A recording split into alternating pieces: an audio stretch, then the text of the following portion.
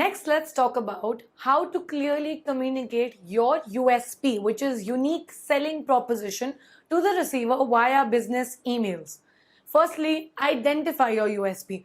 Most of us struggle with even knowing what is our unique selling proposition, something that sets us apart from others, something that makes you stand out from the crowd, right? You would have heard a lot of people say you need to stand out, you need to be somebody who gets noticed, you can't be amongst the crowd. And that is exactly what your USP helps you overcome, which is not be in the crowd, but stand out from it. But for that, you have to communicate your USP clearly to people. And for that to happen, you need to identify it yourself, right? Now, your USP should be a clear and a very compelling statement that differentiates you or your product or service or whatever you have to offer from others in the market, right? Let's talk about myself. Whenever people ask me, what makes you different from other people? Why you? There's so many other career coaches in the market. There are so many other content creators who are creating educational content. Why you, Dhairya? So I think for me, the answer, and you would be expecting, maybe it's a technical skill of mine, maybe it's the way I make videos, maybe it's my communication skills. Yes, all of those are my soft skills and my technical skills per se, but that is not my USP. My unique selling proposition is my ability to understand human beings and people in different situations. And I think I probably do it really, really well, right? And how does that help any company, anybody? It does, trust me, because every business works on one foundation, which is people. Without people, nothing can work, nothing can thrive. And I understand people, I understand their emotions, I understand what they're going through, and I can strike a conversation, build one, or get work done from people, with people, because of my ability to understand them. That's my USP. Now, when you listen to this, I'm sure it's not quite a common one, right? So you have to similarly think of something that's very compelling, that is very, very differentiating, right? Not a typical thing like I'm a great speaker, okay? Not something like I write very good emails. That's not a USP. That is something that can be acquired. A USP has to be very, very astonishing. So try to think on that and then have a clear idea on, yes, this is my USP and this is what differentiates me from everybody else in the market. Craft a clear and a concise message. So once you actually have identified your USP, now you need to craft a clear and a concise message that communicates your USP in a way that it is easy to understand.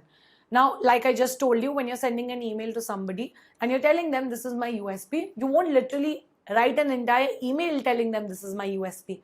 Your USP has to be naturally integrated and hidden and embedded in that message in such a way that your USP comes across without stating that this is my USP. That's the beauty, right?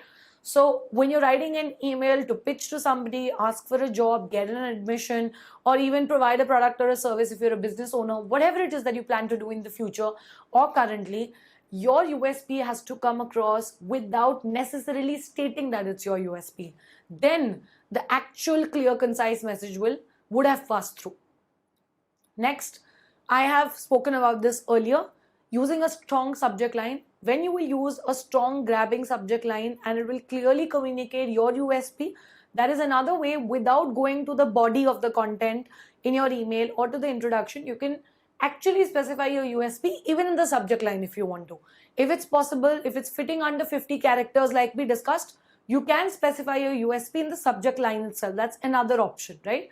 This will encourage the recipient to actually open and read your email because your USP would have already been stated in the subject line itself. So the open rate of the email will increase multifold, right? So that is another way, but I leave that choice, completely up to you, whether you want to put it in the subject line, you want to put it in the intro, in the body, or in the conclusion.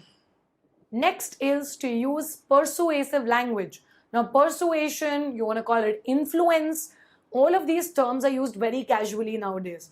But true persuasion is to make somebody feel motivated and inspired enough through whatever you've written to take action on it or do something similar or actually want to work with you in some capacity, right?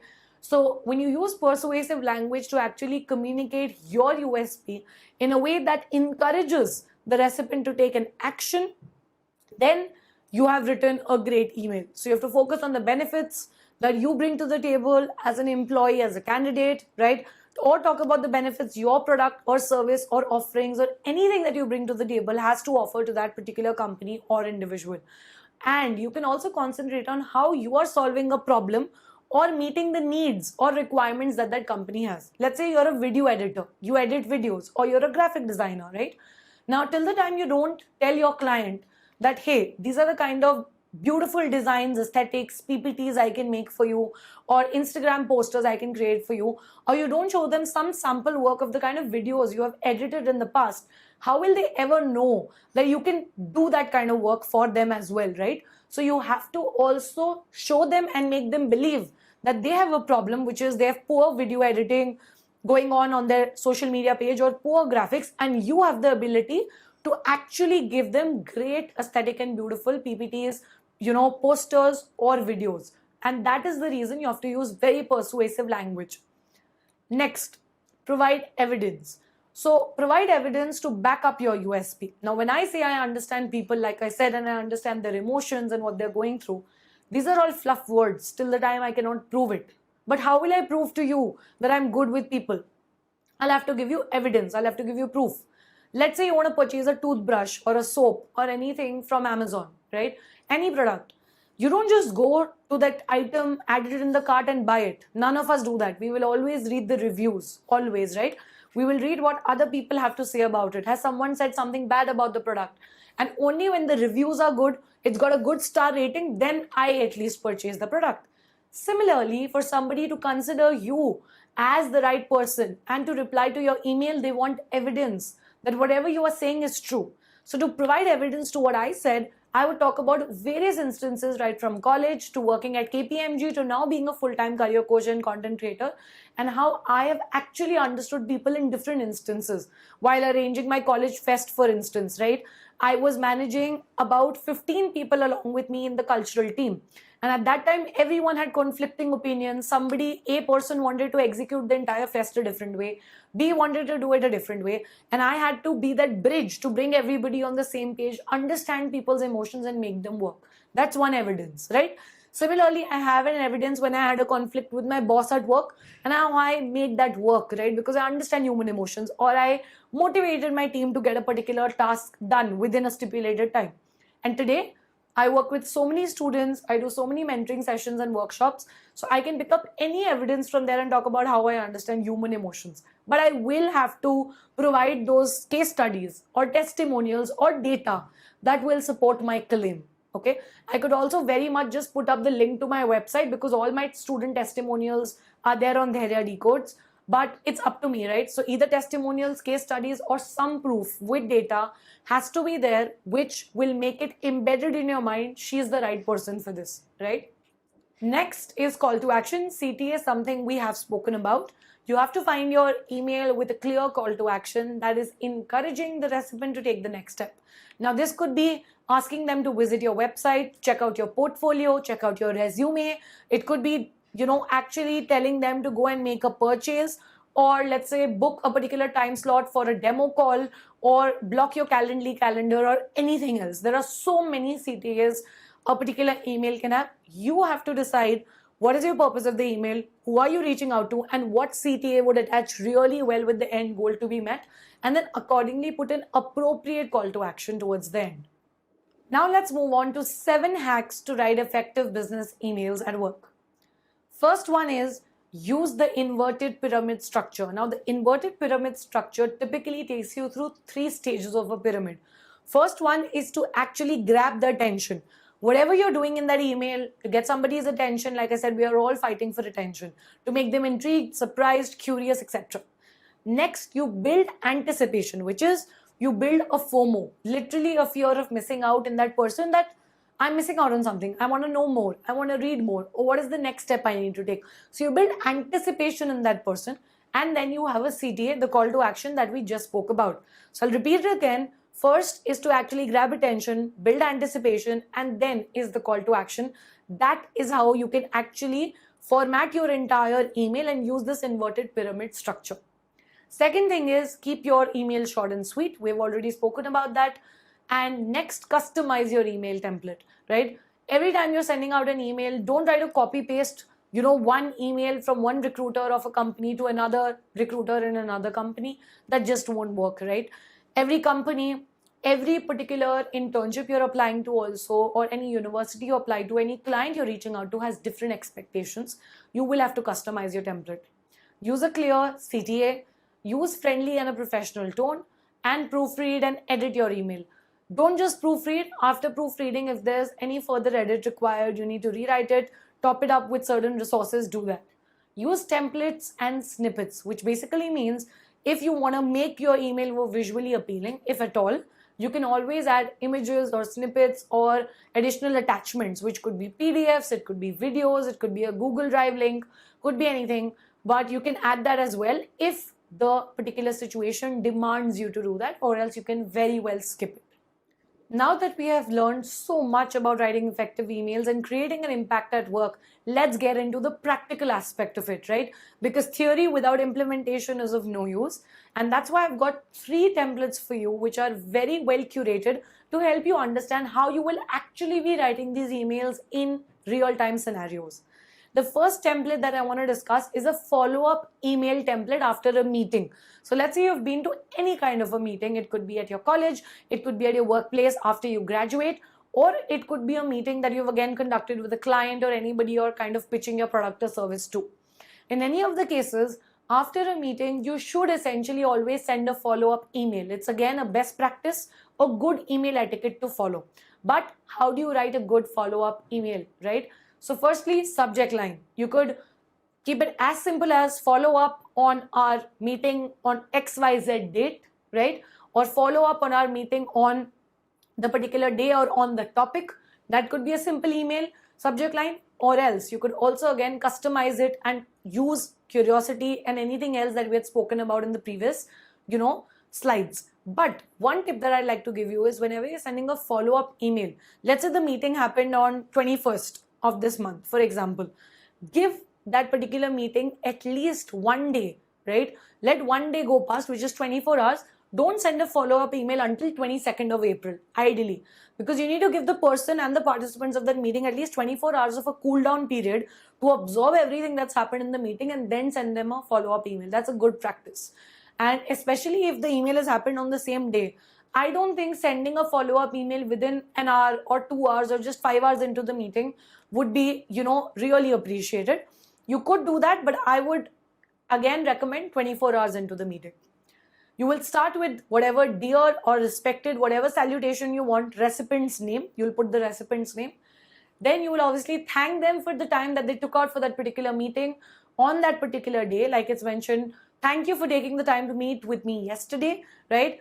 Then you obviously have to appreciate them giving you the opportunity to discuss about so-and-so topic or whatever it is that you had a discussion around or you're planning to work on together. Next, talk about the next steps or what have you discussed, right? So next you move on to, as promised, I am following up to provide you with additional information and to answer any questions you may have. For example, you've had a meeting with somebody who is looking to, let's say hire you for a job, but it's through a referral.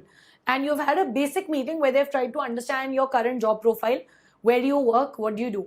But now they want to know more about you and they told you in the meeting, please send me your entire profile, your resume, maybe a video resume, and I also want to know some details about what certifications you have done. For example, they've asked you that. So now the ball is in your court. In the follow-up email, you are supposed to mention all of these details that person had asked you to share, right? And answer all of their questions and still ask them that if you have any further questions, I'm happy to answer them. Next, provide additional information and answer any questions that may still be pending. If you have anything else to ask them also, you can specify that in this email, right? After which, always leave the email on a positive tone and a note. I look forward to hearing from you soon, or I really appreciate again taking out the time and giving me an opportunity to interview or have a discussion with you. I'm really looking forward to working at your company and I'll hopefully hear from you soon. Best regards, your name. So that's your signature. Best regards or your sincerely, etc. You can mention anything and your name. So that's a very short, to the point and a very concise 2 to 3 para email template for following up with somebody after an email. Next, we move on to template number 2, which is a very focused sales email. So any kind of a sales email that you're writing to somebody, if you want to pitch a product or a service, tell them more about any of your offerings, etc. Then sales emails, trust me, at some point or the other, even if you're not getting into a sales job, you will write them. Mark my words, at some time everybody writes a sales email, so it's good to know how to write one, right? Subject line can be anything, right from introducing that particular product or a service or offering, or mentioning the name and saying that you want them to particularly use it, or telling them this there's a revolutionary product in, let's say, the tech space or in the SaaS space, and here is a free trial to this particular revolutionary product. That could again generate curiosity, that I'm getting a free trial for this product or a service or a software, and what is this? Because this person is claiming it's the next big thing, the next big revolution. So you specify all of that, right? Again, start with dear or respected or salutation, recipient's name. After that, it starts with, I wanted to introduce you to our new product or a service.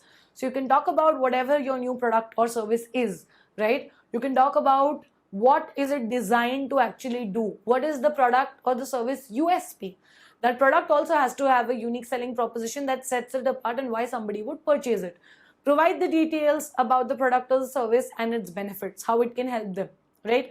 Then, if you want, you can also take some room in the email to talk about yourself, what you exactly do, or in the beginning as well, you can start with who you are, how are you representing the company, how did you get their contact, why you're reaching out, and then talk about the product. Either ways works. Next, obviously tell them that you'd really like to schedule a call to discuss how your product or service can benefit their business or their company, and obviously ask them if they're available on a particular date or a particular time, and what is their schedule really like. You can put up like a Calendly link. You can tell them to choose from whatever date and time suits them, and then obviously thank them for considering or even going through your email to know more about the product or the service. Best regards, your name, right? Again, if you see, the one commonality between both the emails you will see is they're very short, to the point, professionally written, and the recipient's name, the salutations, the signatures, subject lines are all as per whatever we discussed previously, right? Moving on, let's talk about template number 3 around request for information email. Now, at any time when you're reaching out to somebody, you may want to request for certain information, get a clarification on certain things, or just want to know further about a particular product, a service, an event, or about anything else. So you can start with obviously the recipient's name. Then you can specify that obviously you wish that the email finds them well. Tell them why you're writing to them, right? So you're writing to them to request certain information about whatever topic or context or event or situation. Specifically tell them that you're interested in knowing what, which is whatever question or information needed. So don't just talk about the topic, also talk about specific questions or information you want with respect to that topic from them. Again, clarity is is of utmost importance. Next, provide any additional context or background information. Could be about you, could be about the company you're representing, could be about your source of information from which you got to know about this particular event. But do provide some additional information to set the right context in the recipient's mind. And then if you could provide them with the information by what date, right? So ask them that if they could provide this information or the details to you by a certain date, right? Or by a certain day, because you need to perform XYZ activity or something is dependent on that or interdependent on that. That can also be specified. And I will be really grateful to you, or I would greatly appreciate it. Whatever, just thank them. Thank you for your assistance. And I really look forward to again hearing back from you or to your response once you hear back from whatever authorities they are in touch with, right? And then best regards, or yours sincerely, or yours respectfully, your name. So that's another template that you can use to request for information as well. And with that, I just want to conclude this entire session with telling you one thing, which is whenever you're writing any kind of an email, whether it's to your boss, to your colleague, to your friends, right, or anybody else. I understand with friends it becomes a little unprofessional, but any kind of an email should just have 3 things on point. First is the subject line. Second is the content in the body. That is most important, right? The body should contain all facts, proof, data backed up, attachments to believe that what you're providing or saying is true, and the CTA. The CTA has to be there and has to be put in such a manner that I exactly know what is expected out of me. Once these 3 things are, clear, and you learn how to kind of build on them, all the other elements that we spoke about, whether it is about the tonality, whether it's about the language, whether it's about the wordings, or it is about the structure, format. All of that can be corrected if these three are actually firstly in place.